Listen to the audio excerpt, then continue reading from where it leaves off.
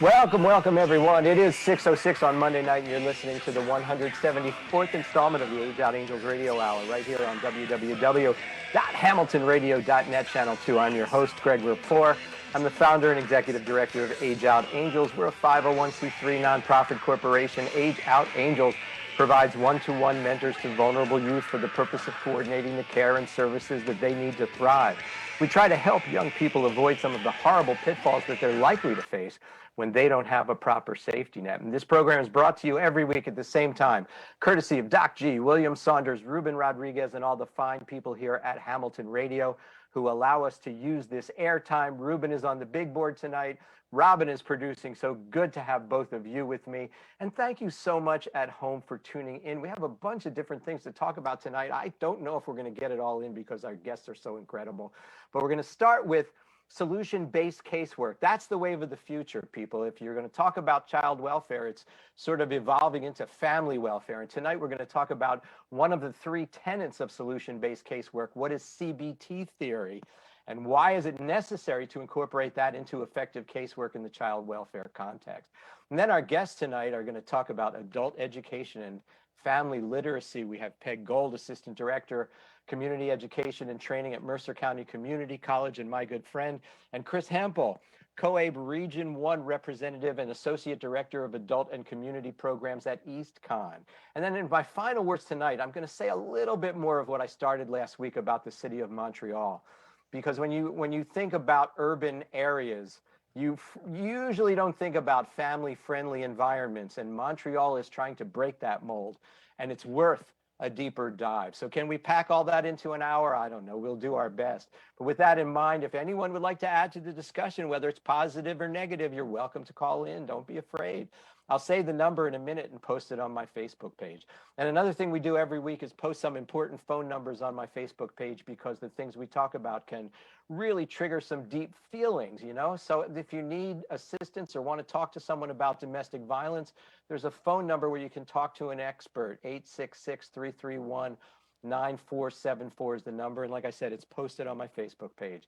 Speak with a trained peer advocate. And if you're in crisis, connect with the right supports when you need it. You know, if you're thinking about harming yourself, you call the National Suicide Prevention Lifeline. I want you to do that for me. Make one phone call if you're in that way. 1-800-273-8255. And that's also the Veterans Crisis Line. If drugs and alcohol are an issue, there's the Substance Abuse and Mental Health Service Administration's National Helpline, 1-800-662-4357, and you can find those on my Facebook page. Please take a moment if you're looking at us on Facebook and hit that share button. We got up to 40,000 listeners, and we kind of capped there, and we need you to tell everyone in your world what we're talking about tonight. How do you think we got to 40,000? It was with nice people like you who hit that share button. And what you're going to hear tonight applies to every geographic region. This needs to be shared, so please share what you're hearing right now. And I want you to stay with Hamilton Radio all night long. This station plays the best music ever. So once you're done listening to our show, if you're on Hamilton Radio, don't go away. Stay right where you are.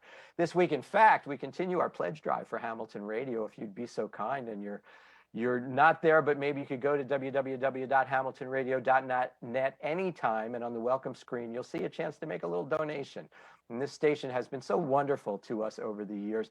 Ruben went into the studio religiously every single week in the heart of the pandemic, week after week, just to broadcast our show, while other shows were, just sort of, running away screaming. He was coming in just to broadcast our show. So, he deserves a little something for that.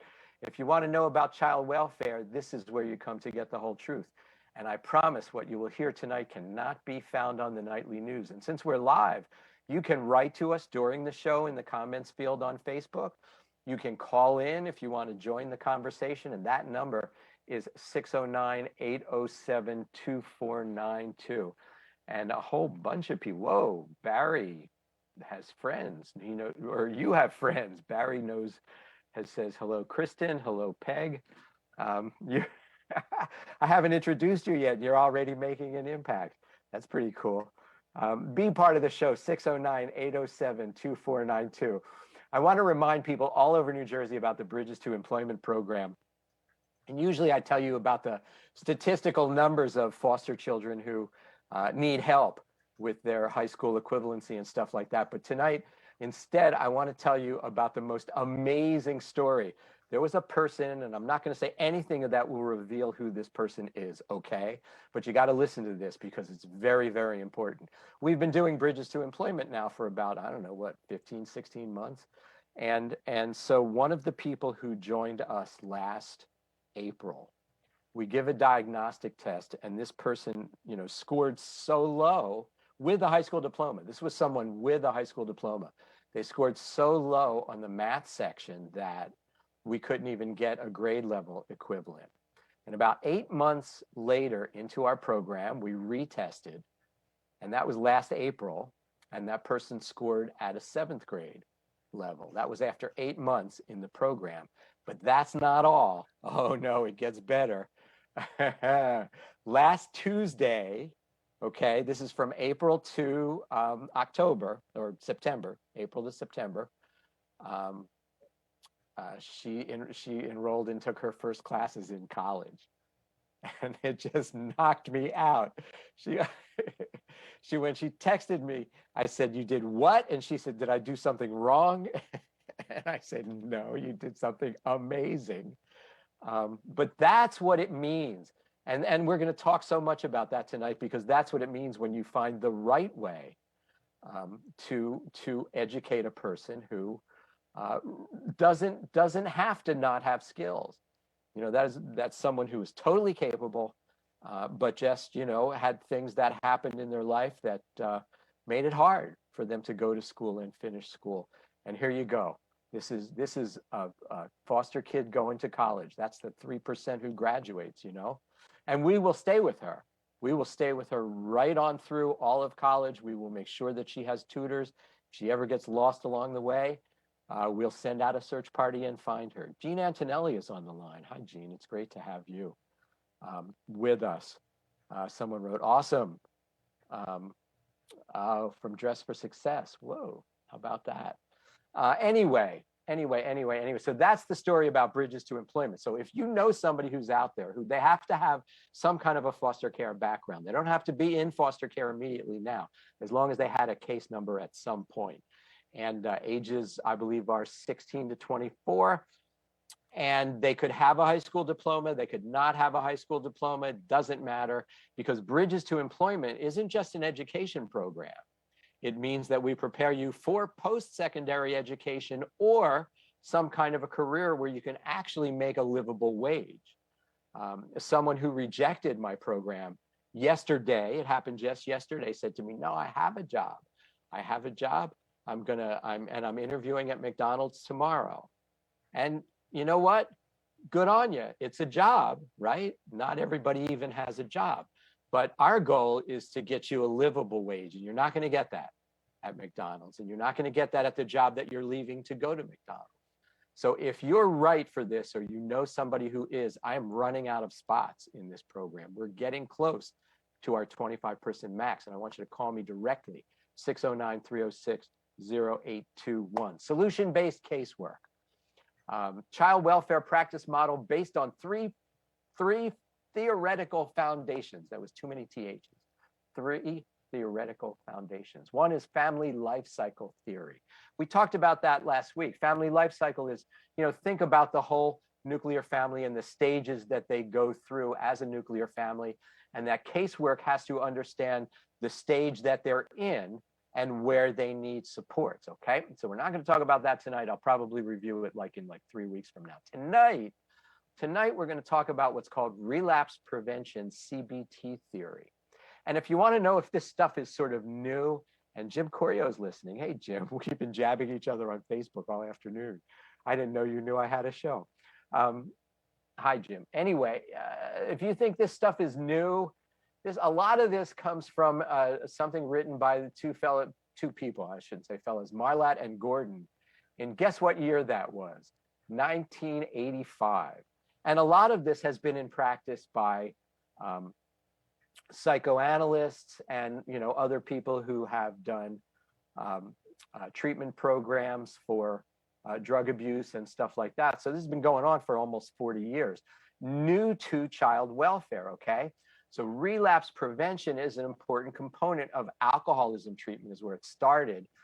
Suggests that you have to, if you're in a family where this is prevalent, and it is in a lot of cases where there are children in foster care, you have to take certain things into consideration to prevent the relapse.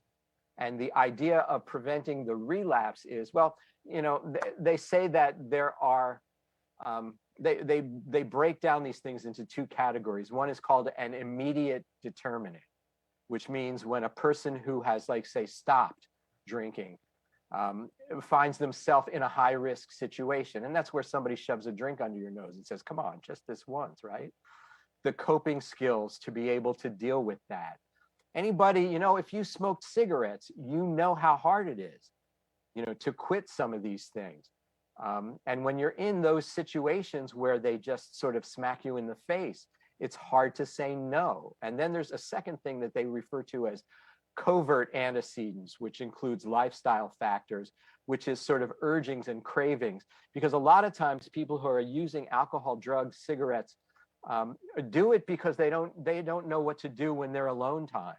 They're alone with themselves, they're alone with their thoughts. And that these are things that can contribute to relapse.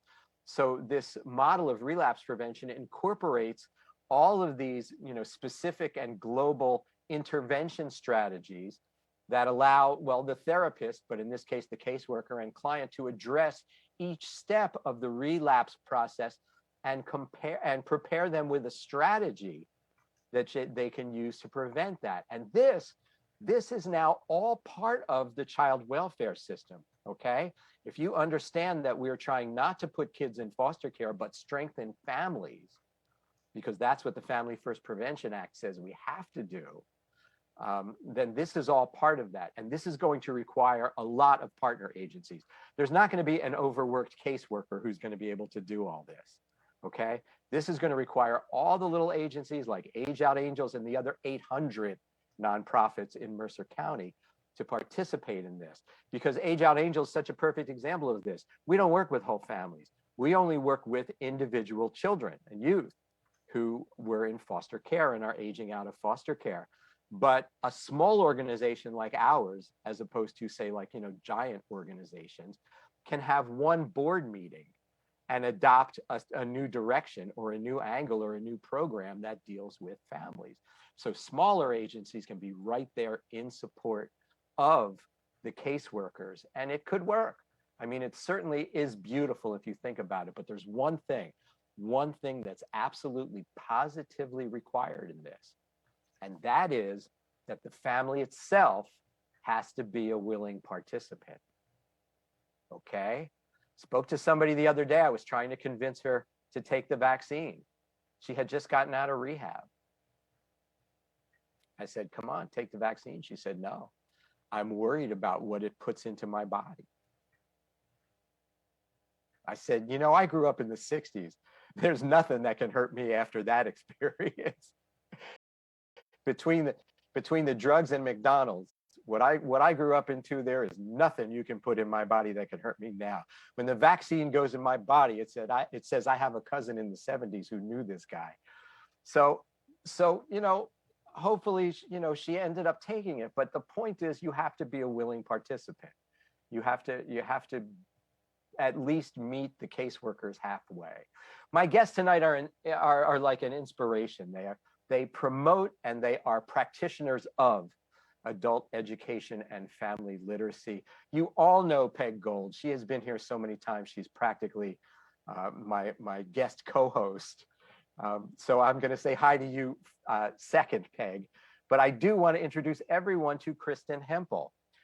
And Kristin is the COABE Region 1 Representative and Associate Director of Adult and Community Programs at EastCon. So apart from having the longest title of anyone who's ever been on the show, Kristin, let me just say hi and welcome you to the Age Out Angels Radio Hour.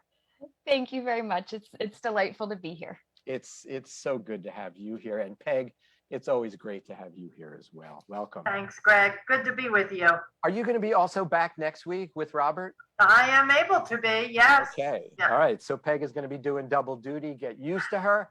Kristin, when I introduced you, I said you were the COABE Region 1 representative. So I think we should start by telling everyone what COABE is. Absolutely. Thank you. So COABE is the Coalition on Adult Basic Education, and we represent about 65,000 adult educators, administrators, and mentors across the country.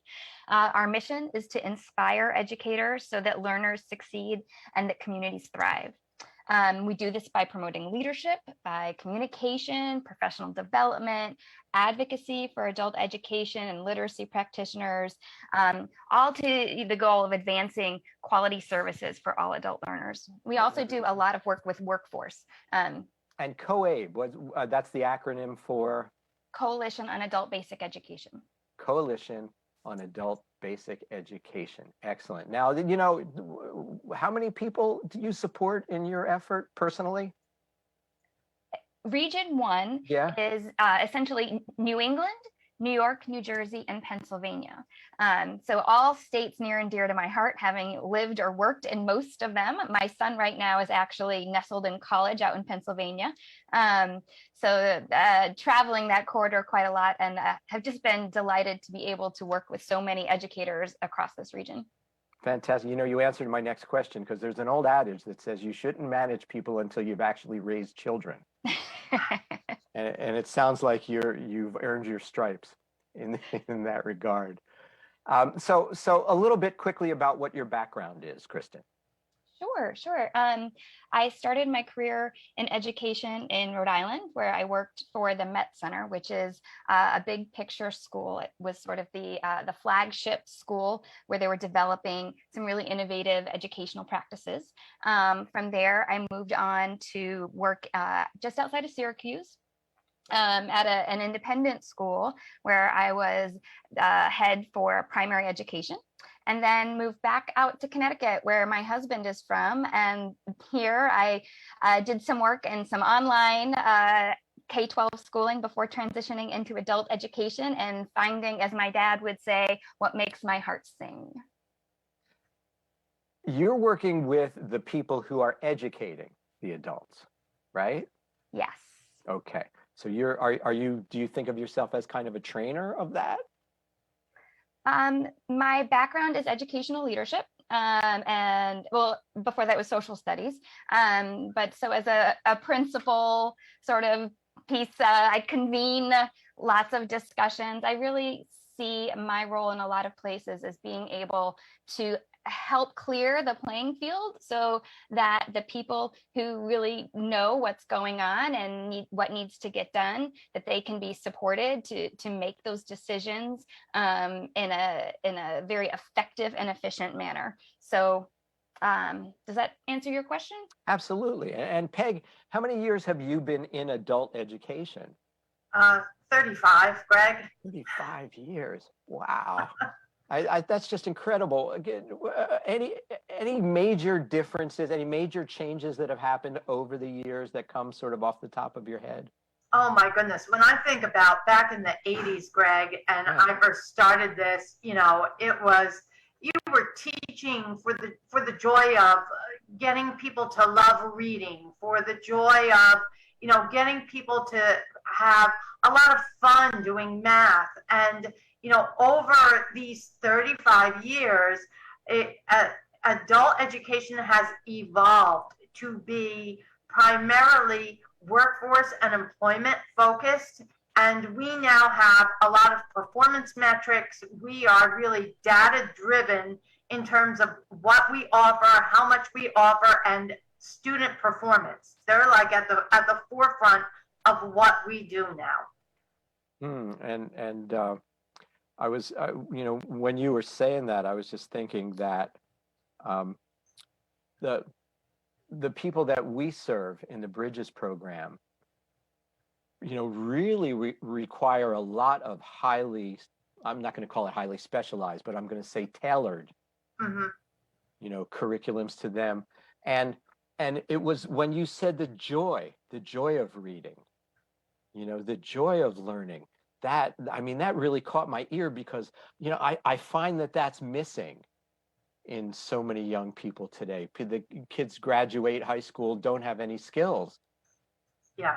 never caught the joy part of that. And the demographic has changed over time. When I first started in the 80s, this is just kind of generally speaking, Greg, the average age of student in my classes was in their 30s, maybe 40s. Then over time, it kind of pushed down to 30s and late 20s. To then we get to the 2000s and 2010s, and we're mostly people in their 20s. Now it's shifted to include a heavy number of students who are in their late teens, like the 16 to 24-year-old demographic. It's flooded with people in that group. Absolutely true. I finally reached a 17-year-old boy today who had been kicked out of his high school because they said he was a bad influence. You know, they expelled him from his high school because he was a bad influence, and he's 17 years old. Today was the first day after 6 months that I was able to sort of get through to him, and it was a pretty amazing breakthrough. What a day we had today. But speaking of joy, Kristin, is that a word that comes up in the trainings and things like that? And like, what do you do to support a word like that? I don't know that joy comes up as much, although I certainly try to instill it in all of our practices. We do definitely. Oh, actually, I mean, we do talk about it in terms of orientation, and but it comes across more as passion and interest, and really trying to help our students identify goals and why they're doing it, and to find that lever that's going to make it click and be exciting for them. But yes, I think as a team, joy is very important. I love hearing the laughter and the sometimes the singing that happens in the classrooms, and I think that relationship is critical, and I think that adult educators get that and really work hard to build relationships, because that's what will keep students coming. Yeah, see, I'm very lucky in that regard, because actually Peg is responsible for the education component. I get to bring the fun. So I don't pretend to be a teacher. I just pretend to play one, and it's good. It's something that they should have in their lives, is what I'm saying. You have fans out there, Peg. Is that Brandy Cardwell? Brandy, hi. Yeah. Glad you're listening. And also with Kristin too. Yeah. And Kristin, you went away. I hope you come back, because I was about to ask you a question, because you're not just working with you're not just training the trainers. Apparently, you also do a certain amount of work with politicians, right? It says you meet with congressional reps and senators. Absolutely. A big part of what we do at COABE is advocacy. And so what we do in that role is we reach out to local, to state, and to national leaders to make sure that they understand the importance of adult education and fully funding these programs, that they understand the impact that providing real classrooms and the tools that students need in order to succeed, how that will then trickle down to impact our communities, our healthcare system, our national economy, all of that. I'm so thrilled. I mean, this sounds like a lobbying effort, and I'm just so thrilled that it exists, because frankly, I didn't know that it did. I just thought we were always out in the cold, but they're working on the infrastructure bill, right? Yes. Go ahead, Kristin. No, I was just going to say, one of the things on our plate right now is we're advocating for $1 billion, right, to help adult education programs deal with the impact of COVID. But we're also advocating for $692 million in WIOA Title II adult ed appropriations to address some of those funding gaps. You have to say what WIOA is. Workforce Innovation and Opportunity Act. Workforce Innovation Opportunity Act. And okay, so $692 million for adult education for that. And I mean, the last time I looked at that, a major portion of it had to do with modern manufacturing training and things like that, because it looked like the whole manufacturing community, required that in order to have a workforce that could handle the manufacturing demands. the period that we're looking into. Um, but Peg, I wanted to ask you about what it's called AEFL week. Right. That's adult education and family literacy, Greg. We get our own special week to commemorate and heighten awareness of our programs and our causes, our needs and our successes. Starts this Sunday, September 19th, and it runs all of next week through September 25th. COAVE itself, as a national organization, they have events planned every day. COAVE as an organization will recognize outstanding contributors from elected offices that have made significant contributions to the field of adult education, whether that's giving additional support or whether it's financial support or whatever it is. But we will celebrate all things adult education and family literacy focus next week. Can I put a plug in there? Can I? Oh, absolutely. Two of the afternoon activities at 2 p.m. I think one's on Monday and one's on Thursday, have to do with our adult learners. The one on Thursday is about the return on investment. So looking at how investing in these learners really does pay huge dividends. But then the one on Monday, we're looking at programs succeed when learners lead, and really looking at how to support student leadership development on multiple levels, and really opening doors and opening conversations so that adult learners have voices at the tables, and are really contributing to where we're going in terms of our programming and our systems. So, Peg, are we having any success with the government leaders? Yes, I mean, in my role as the New Jersey advocate for adult education, I've contacted and spoken with staff of federal elected officials. I have state elected officials on my calendar. I have local elected officials. Later this week, I will meet one-on-one with a local mayor about adult education, family literacy, our needs, and our students. And in fact, I met with a federal government leader staff, and following that meeting, her office contacted me and asked for information about statistics that would support the need for universal broadband coverage for all individuals. Now, this is a major, major issue. And the end of that is that went into a bill that the congressperson was writing and used my data in that.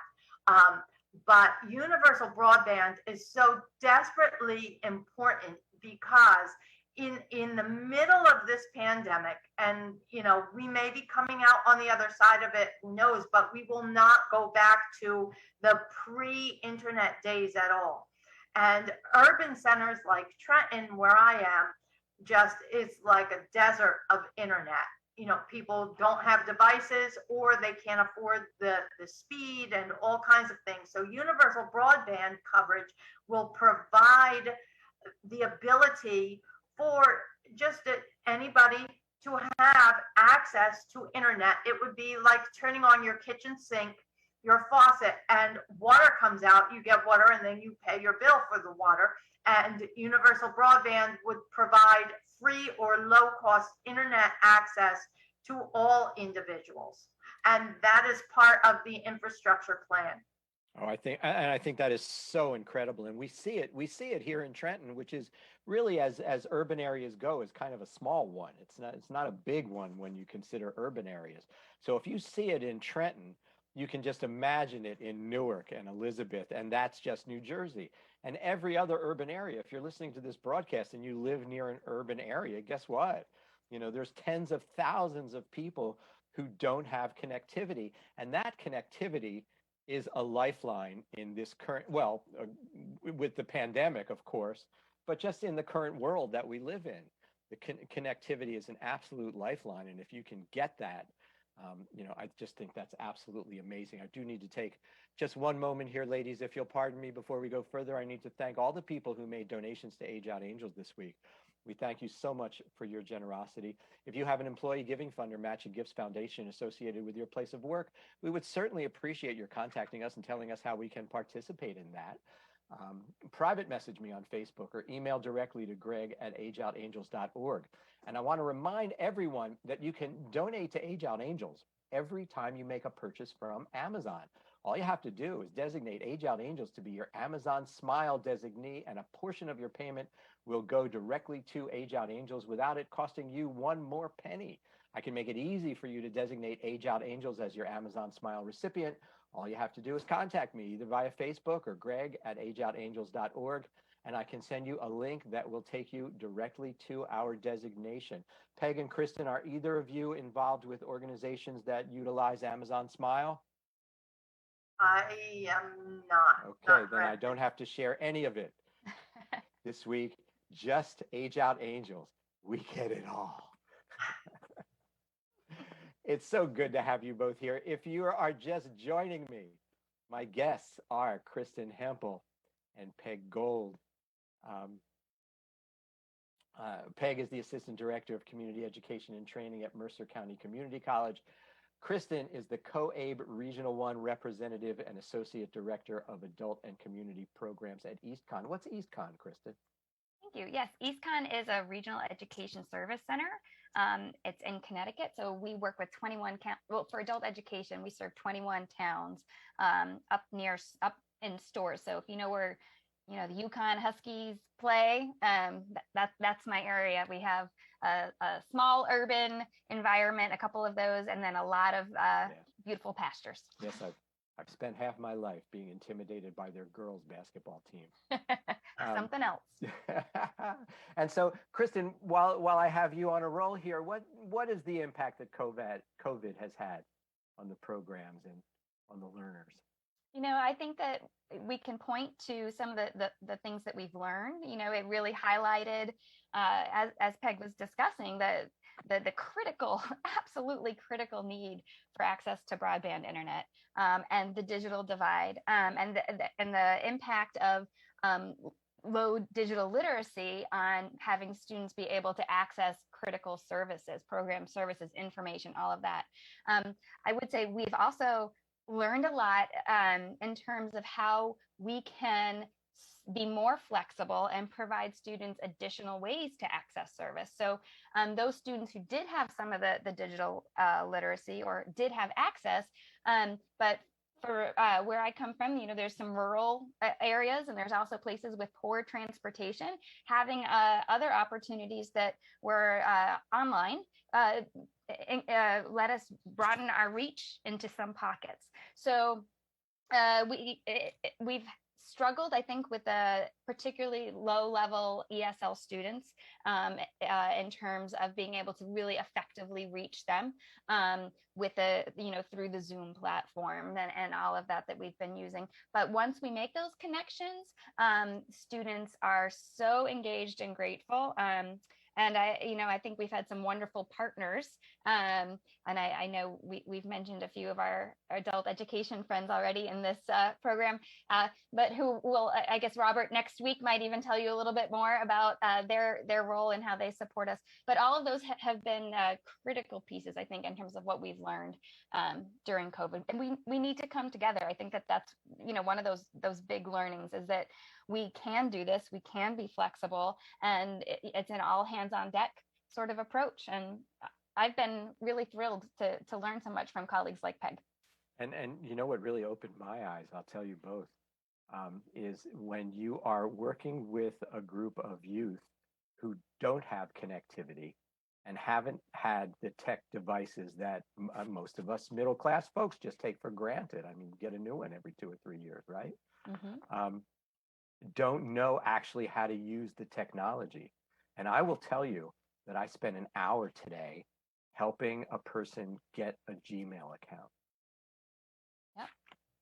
And then how to get their emails, after they had the Gmail account. It just boggled my mind that I had to do that. And of course, it was a labor of love, but that shouldn't be. That shouldn't be in this world that we live in. There shouldn't be this whole underclass of people that that doesn't even know how to use the devices. You know, it's almost like telling people that, you know, having a class of people who don't know how to drive a car, you know, or anything that we now take for granted, because tech is all an example of that now. Peg, what's the value of going back to school for high school equivalency? Amazon will hire you if you walk in the door and you're breathing. Respectfully, Greg, that's true. I mean, getting a job at a large corporation like Amazon is relatively easy, especially now the holiday time is coming up and, you know, the pandemic increased online buying. But then come post-holiday, large corporations, and I'm not singling any single one out, but they will shrink their workforce. Now, who will be most likely to be the first let go? Those without an education, those without a high school equivalency. I mean, adult education pays. It pays back in terms of it ripples through the family so that the next generation of kids are less likely to leave school. It ripples through the family because mom, dad, or whoever the main income earner is in the household can maybe now get a job at a higher paying wage, or maybe cut down 3 part-time jobs to 1 full-time job. For every 100 hours that an adult spends in adult education, there is about a $10,000 difference in salary, positive difference. Does adult education pay? Yeah. Do you have to struggle and kind of pinch and kind of give up watching TV on Wednesday night and Thursday night to be able to improve yourself, to get those skills so that you can go out and earn that extra money? Yeah, it's going to mean you have to cut some of those extra things out for a little while. Out for how long? Maybe 6 months, maybe 3 months, maybe 8 months. But the return on that is so much beneficial. It's so much more beneficial. No one will ever remove education once you have it. No one can take your high school diploma away. No one can remove your college diploma. No one can ever have you unlearn what it is that you've learned. No one can ever remove you from anything except by your own choice. It is just so extremely direly important. We are right on the precipice right now, Greg, of society reopening and more people being allowed to be in areas, you know, with PPE and all of that. But who better to be equipped than adult education, adult educators? Because who have been our students all along in this, Greg? They have been the overlooked frontline workers. I applaud, I laud the paramedics, the nurses, the doctors, the scientists, all of those people on those front lines who have worked hands-on day in and day out tirelessly. But students like our adult students, they're the forgotten, they're the overlooked. They're the people who are working in a warehouse to get the packages to you when you buy them. They're the people punching the cash register at the grocery store, because at no point was the grocery store closed down. Who was checking you out? Many students who come to adult education programs, who were doing the janitorial, the cleaning, the maintenance, the sanitizing.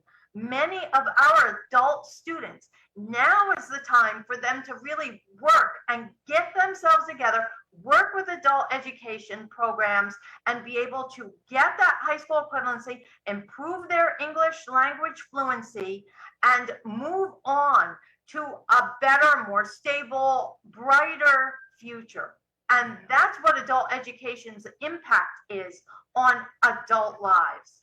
You just checked so many boxes for me. And I have to tell you, when the person told me that they were going to college, the person I referenced earlier who's in our program, the first thing that I said was do you realize the model example you just set for your children? Yeah. You know, there's children there, and they could see somebody who never graduates high school, or they could see somebody there, you know, who works hard and goes to college. And I tell all the kids, especially the females who come into our group, about my mother. because she was exactly what you described. She was the 35-year-old who went back to high school because when she grew up, they wouldn't let girls go to college. They put her in seamstress school, and she could never sew, but went back to high school, and 10 years later, got her college degree and ultimately became a vice principal of a school as an educator. And whereas before that, you know, I'm not going to say nothing, housewife. It was an important job. We were glad she was there, but we grew up, right? We grew up and left, and here she went on and had like a vital 25, maybe 30 years in the workforce.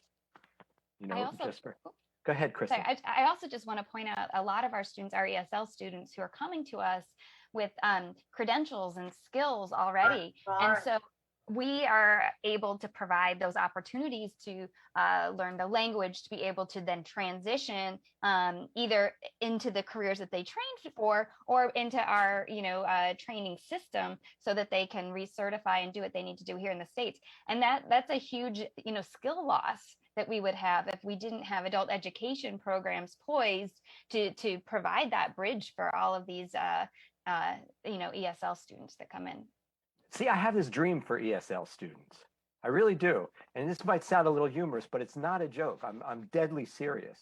I believe that a tutor who wants to learn the language of the family of the ESL student, right, should be able to work with the whole family, and they teach the tutor their language and their customs. The tutor then responds by teaching that family, what they need to know. It seems to me, like a perfectly appropriate reciprocal kind of relationship. No money has to exchange hands, just, an eternal friendship. I think that would grow out of it. No, I agree. I think those kinds of partnerships are really powerful and meaningful. But I think that our trained ESL teachers bring a lot to the table in terms of their knowledge about how to teach ESL or how to teach English and help people to make that progress quickly and efficiently. But I agree that those language partners and those relationships and those collaborations are really important. Well, you are the expert. I did mention that I just play at this, right? So, all right. So what do people need to do now? Is there like, some kind of registration? I guess, Peg, this is for you for ESL registration.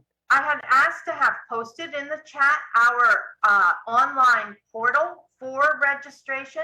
So Mercer County Community College is in Trenton. It's at 102 North Broad Street in downtown Trenton. Our English as a Second Language registration will be available at that portal, www.mcc.edu/CETREG. It will open at 9 o'clock on Monday morning, Monday the 20th of September, Adult Education Family Literacy Week. And we will have registration Monday, Tuesday, and Wednesday next week for our ESL classes. We anticipate ESL students being on site here at Trenton October 4th, which is the start of the next session. First step is to get that registration in. Our high school equivalency program at the same portal will open on October 18th. Just looking at my calendar of dates, October 18th. And again, we anticipate having those students return to in-person sessions here at James Kearney campus at 102 North Broad. And I also asked to have the phone number put in. That's my office number. It is 609-570-3133, 3133. If anyone didn't write it down, the website or the registration portal rather, or has questions or information or isn't quite sure or this or that, please give me a ring. I'll be glad to talk to anybody who has any questions, help as much as I can. But that's where we are. We anticipate being back full force come October 4th. Students for ESL classes for 2 weeks, and then our HSE group will join them. We're currently in the middle of sessions that are remote. So rather than kind of, switch gears yet again in the middle of a session, bring everybody back, we're finishing out each session and then bringing students into the campus when the next one starts. And you should know that this has all been posted twice now, right under the in the comments field under this show. So if anyone looks at this, like not just today, but tomorrow or a week from now, they will still see all of this information here. Oh, Greg, I should also add that all of the programs in my department are free. Not people have to apply for a scholarship and this and that and the next thing.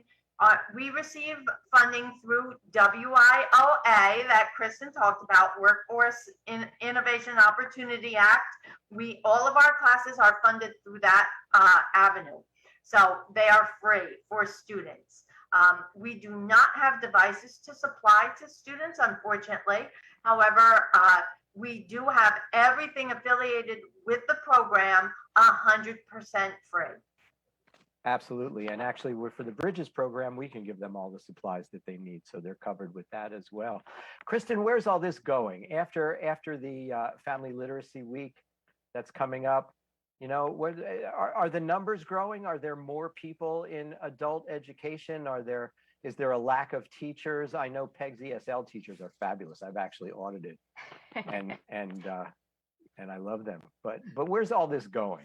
Well, I mean, to be honest, I'm anticipating that there will be an increase in numbers. I think that COVID has hit the K-12 system really hard, and it's impacted a lot of our high school learners, our middle school learners. And so I think that there's going to be an increase over the next few years. We also, with the change in our workforce needs, there's a lot of people out there who are going to be looking to reskill, to upskill, trying to change jobs and having access, and they're coming in with maybe some lower skills. Maybe they do have a diploma or they do have something, but they're not testing high enough, or maybe they were able to progress and be promoted in their place of employment, but again, they don't have a diploma, and now they're switching jobs, and they need to have that to show that they have that knowledge base behind them. So I do think that the numbers are going to increase, and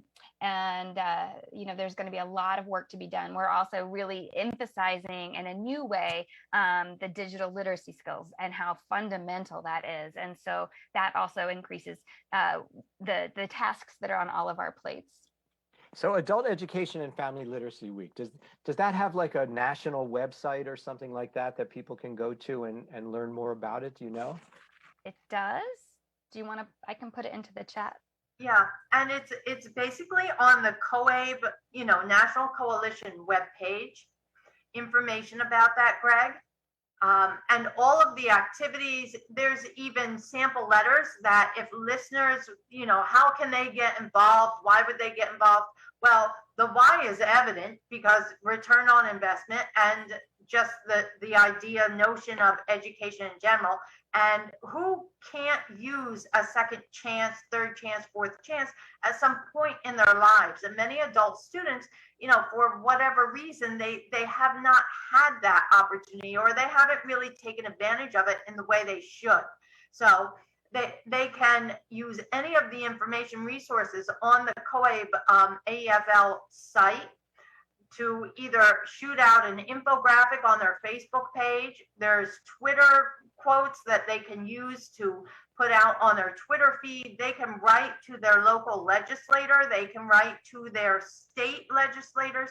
They can write to their state governors. They can write to their federal representatives. So there's not anything anybody can do except nothing. Because when you do nothing, the outcome is also nothing. So do something and step up and just copy and paste the Twitter handle in your Twitter account. I do that every morning. I come into work, I look at them, and I just pick one out and copy and paste it and put it up on my Twitter. And that's all it is. It's funny. What I tell people a lot of the times is you've had a hard life. I understand that. Not you, Peg. I mean, the kids that I talk to. I understand that you've had a hard life, and you have my sympathy. But in a life that's been hard, you probably haven't had much opportunity. And so you're not used to hearing this sound, because this is what it sounds like when opportunity knocks. You have this free thing, and it's sitting here waiting for you, and it will make your life better. And yes, you might have to persevere a little bit to get through it, but you know, if it was easy, everybody'd be doing it. It's not. But this is what opportunity sounds like. And now what you have to do is you have to step up. You got to open that door, and you have to walk through it. And hopefully that'll inspire someone somewhere. I mean, if you're listening to this right now and you're in Kentucky, and you're wondering how you're going to make a living after coal mining, you know, or some occupation that no longer exists, like I don't know, even a professional occupation like chemist at Kodak. That job doesn't exist anymore. It happens. Jobs and things go away. This is an opportunity to step up and just, you know, get some form of training. And so, Kristin, I want to ask you one final question tonight, because I know when we talked earlier, you told me that when you started your education career, and we will get that posted in the Facebook comments field, Kristin, I promise. You told me when you started your education career, you were in a sort of an innovative setting where you had, okay. And the point of me asking the question in this way is, you were young in education, found yourself in an innovative setting, and must have felt fabulous that you could bring a ton of your own personal creativity into that effort. And so my question to you is, when you're training people, how much of their just own personal creativity do you encourage them to use? And do you find out about others and then share it across the board so that everybody can participate in a great idea? Excellent. Before I answer that question, I'm going to say I also put a second link in there. So if someone's listening from Kentucky, they can go to that link and find an adult education center close to them. Okay. So I just wanted to point out what that second one was. Sounds good. Just don't want to leave our friends in Kentucky out. No. But it's a national database of places people can get connected to adult ed. So I will say I got the best compliment the other week from one of my teachers. I guess maybe it was at the start of our summer session. We were piloting something new for the third time, right? Because with COVID, every session we're piloting a new iteration. Yeah. And she said, you know, one of the things I love about working here, Kristin, is that you don't mind when we take a sledgehammer to the walls. And I say, heck, no, I give you the sledgehammer. You know, I throw a party. I really feel like that's part of our job, right? I mean, our students have had enough barriers. It's our job to take the sledgehammer and get rid of as many as we can. And sometimes that includes what we know from our experiences and that we bring forward. And so I get so excited when people want to try something new. And I really encourage that. One of my favorite things is doing observations and popping around and being able to say, oh my goodness, you know, did you know I was just in so-and-so's classroom and they're doing this? Have you tried something like that? Maybe you guys should talk, you know, so really, again, bringing people together, because I think it's through those collaborations. No one has done this before. What we're doing right now, no one has done. There isn't a playbook. We have to be real and innovative all the time, bringing forward the best practices from the past, bringing forward all the training that we have done. We are skilled educators, and that is real and important tool. And we need to be creative and relationship oriented and know our environment and our partners and what the opportunities are for our students. You're both amazing, and I want to tell you that we talked right through my segment on Montreal. Oh no! Because it turns out that you're both actually more important than the whole city of Montreal. But I promise you, I will get to Montreal at some point because it's worth it too. And I want to go there next summer because that's how excited I am about what they're doing. So maybe next week I'll try, but Peg's going to be back next week with another one of her friends and colleagues. So I can't promise you that we'll get to Montreal next week. But we will do our best. That's all the time we have, everyone. Thanks so much for listening. Oh, I want to remind you, anyone who shared our program on Facebook, you get double dessert tonight. So make sure that you take advantage of that special offer. We'll be back next Monday, 9:20. Peg will be back. more on adult education. Special guest is Robert Breitbard from Burlington English. He will be on with Peg and me. Thanks to our producer, Robin, to our engineer, Ruben. We could not live without either of you. Music provided by Angel Fire.